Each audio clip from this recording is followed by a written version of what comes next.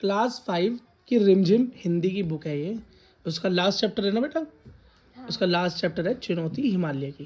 बेटा इस चैप्टर को मैं शॉर्टकट में आपको बताऊं तो बहुत एक आसान चैप्टर है और एक आसान सी कहानी है जवाहरलाल की। किसकी कहानी है बेटा? जवाहरलाल की। जवाहरलाल कौन है? हमारे प्रधानमंत्री? नहीं बेटा, बस एक नाम है, किसी का भी नाम हो सकता है, ज़रूरी तो नहीं कि मोदी प्रधानमंत्री है तो मोदी किसी का नाम नहीं हो सकता।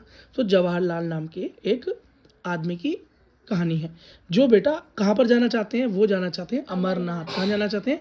अमरनाथ। अमरनाथ क्या है? भगवान शंकर का एक ऐसा गुफा का मंदिर है जिसके अंदर शंकर भगवान का शिवलिंग प्रकट होता है, किसमें? बर्फ़ के रूप में प्रकट होता है। और हज़ारों हज़ार श्रद्धालु वहाँ पर बड़ी कठिन चढ़ाई चढ़ के बड़ी मुश्किलों से वहाँ पर पहुँच पाते हैं। पर ये टाइम बेटा उस अब फैसिलिटी बहुत हो गई है, ये उस टाइम की कहानी है जब इतनी फैसिलिटी नहीं हुआ करती थी। ठीक है, तो साइट में कौन लेके जाना पड़ता था? एक गाइड लेकर जाना पड़ता था। क्या? एक गाइड लेके जाना पड़ता था। गाइड क्या होता है? शेरपा। शेरपा क्या होता है बेटा? जो कि आपका सामान उठाता है और आपको इन पथरीले रास्तों से सही जगह पर पहुंचाता है। क्यों? आप आराम से खो सकते हो उन जगहों पे, आप खो सकते हो ना। तो उसको बेटा यहाँ पर क्या लिखा है? कूली। क्या लिखा है बेटा? कूली। आज के टाइम पे उन्हें शेरपा कहते हैं। क्या कहते हैं? शेरपा कहते हैं। अब बेटा जवाहरलाल और उनकी कहानी उस टाइम की है जब वो तिब्बत से होकर मानसरोवर की तरफ जा रहे हैं, सॉरी अमरनाथ की तरफ जा रहे हैं। ठीक, अब तिब्बत क्या है बेटा? तिब्बत एक अब तो एक अलग देश की कैटेगरी में वो जाता है, चीन ने उनके ऊपर अपना अवैध कब्जा किया हुआ है। तो बेटा तिब्बत एक और कैसी जगह है तिब्बत? इस कहानी के अंदर क्या बताया और असलियत में भी वो जगह कैसी है बेटा? वहाँ पर कोई वनस्पति नहीं है, कोई पेड़ पौधे, दूर दूर तक घास आपको नज़र नहीं आती, सूखी दुर्गम पहाड़ियाँ। ये देखो ये चित्र बेटा बनाया हुआ है ना, क्या है ये चित्र? ये वहीं तिब्बत की ऊंची ऊंची टेढ़ी मेढ़ी पहाड़ियाँ हैं जो कैसी हैं? बिल्कुल सूखी पहाड़ियाँ हैं। कोई उनके ऊपर बेटा आपको कुछ हरियाली देखने को मिलती नहीं है, पेड़ देखने को मिलते नहीं। हवा वहाँ की कैसी है? काफ़ी ठंडी तेज हवा चलती है और जब धूप पड़ती है तो बेटा मुंह को झुलसा देती है, ऐसी वहाँ की धूप पड़ती है। तो मतलब वहाँ का जो देखने में बहुत सुंदर लगता है, लेकिन बेटा वहाँ पे जीना बड़ा ही उतना ही कठिन है, इतना आसान नहीं है। और उसके बाद बेटा जब अमरनाथ की तरफ चलते हैं तो बेटा वहाँ की पहाड़ियाँ कैसी हैं? इनसे बिल्कुल अलग। वहाँ की पहाड़ियाँ कैसी हैं? बर्फ़ से ढकी हैं। कैसी हैं? बर्फ से ढकी, बिल्कुल बर्फ़ से ढकी हुई हैं।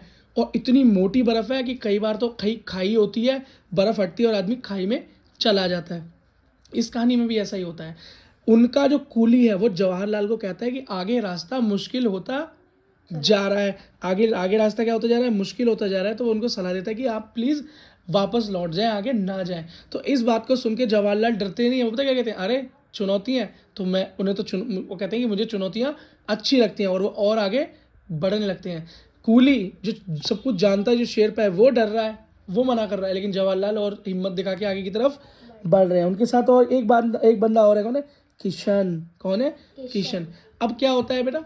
अब ये होता है कि वो आगे बढ़ते चले जाते हैं, बढ़ते चले जाते हैं। बीच में क्या आती है? खाई आती है। क्या आती है? एक खाई आती है। छोटी खाई होती है, ज़्यादा गहरी नहीं होती, छोटी खाई होती है।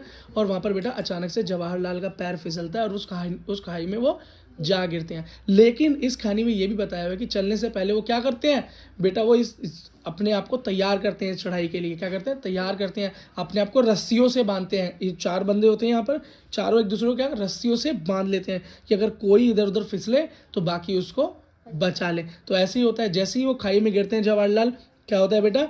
उस रस्सी से बंधे होते हैं वो कमर से, तो वो किशन और उनके जो कूली और उनकी लड़की जो होती है वो बेटा उन्हें पकड़ लेते हैं, गिर नहीं पाते वो नीचे। तो फिर उसके बाद क्या होता है? किशन और वो जो कूली होता है शेरपा, वो कोशिश करते हैं कि हम खाई में उतरें और इन्हें बाहर निकालें, लेकिन वो मना कर देते हैं। जवाहरलाल कहते हैं नहीं, कोई ज़रूरत नहीं है, रिस्क मत लो, ऊपर रहो, रस्सी को पकड़ के रखो, मैं कोशिश करता हूँ। वो बेटा पहाड़ी जो खाई होती है, उस पहाड़ी पे ऊबड़ खाबड़ जो पहाड़ियाँ होती है ना, उन्हीं पर पैर जमाकर रस्सी से थोड़ा जोर लगाकर, और वो ऊपर से किशन और कूली उन्हें खींचते हैं और बेटा इस तरीके से वो बाहर आ जाते हैं। और फिर वो अपने कपड़े झाड़ते हैं, डरते नहीं है, फिर आगे बढ़ना चालू कर देते हैं, फिर बढ़ना चालू कर देते हैं। लेकिन बेटा आगे आगा होता है, आगे उनको और ऐसी ऐसी खाइयाँ, ये तो छोटी खाई थी, उससे भी डबल बड़ी, ट्रिपल बड़ी, और कई खाइयाँ उनको, और बड़ी मोटी बेटा बर्फ़ की चादर ये देख रहे हो ना, देखो ये आपके बैकग्राउंड में बना हुआ है, बड़ा बड़ा बर्फ़ के पहाड़ दिखाई देने लगते हैं। और बेटा उसे देखकर समझ में आ जाता है कि आगे और भी ज़्यादा जान को खतरा है। क्यों बेटा? उनके पास वो सब मॉडर्न सामान नहीं था जो कि इस तरह के पहाड़, इस तरह की खाइयों को पार करने के लिए होना चाहिए, इस तरह के इंस्ट्रूमेंट जो कि होने चाहिए वो उस टाइम पे उनके पास नहीं थे। तो बेटा समझदारी, हिम्मत और समझदारी में थोड़ा सा क्या होता है बेटा, अंतर होता है। अब मान लो कि आप एक जगह बच गए, तो इसका ये मतलब नहीं आप हीरो बन गए, साउथ के हीरो बन जाओ अल्लू अर्जुन की तरह और बस कूदते ही चले जाओ। क्योंकि फिर जवाहरलाल बेटा हिम्मत वाले थे, ऐसे नहीं था डर गए, वो डरे नहीं, लेकिन उन्होंने समझदारी दिखाई कि हमारे पास वो सामान नहीं है जो कि इतनी ज़्यादा गहरी खाइयों को पार कर पाए। अगर ट्राई कर रहे हैं, हो सकता है कि खुद की जान को खतरा हो जाए, साथ में कूली भी है, किशन भी है, लड़की भी है, उनकी जान को भी खतरा हो जाए। तो बेटा वो ऐसा रिस्क नहीं लेते और वो क्या करते हैं, वापस लौटने का फैसला करते हैं। और भगवान भोले के दर्शन वो उस टाइम नहीं कर पाते हैं, ये उनको मन में मलाल रहता है। लेकिन क्या आगे कभी जवाहरलाल दोबारा वहाँ जा पाएंगे या नहीं जा पाएंगे, इस बारे में तो बेटा इस बुक के अंदर कहानी में नहीं लिखा हुआ, बस ये कहानी इतनी ही थी। All the best.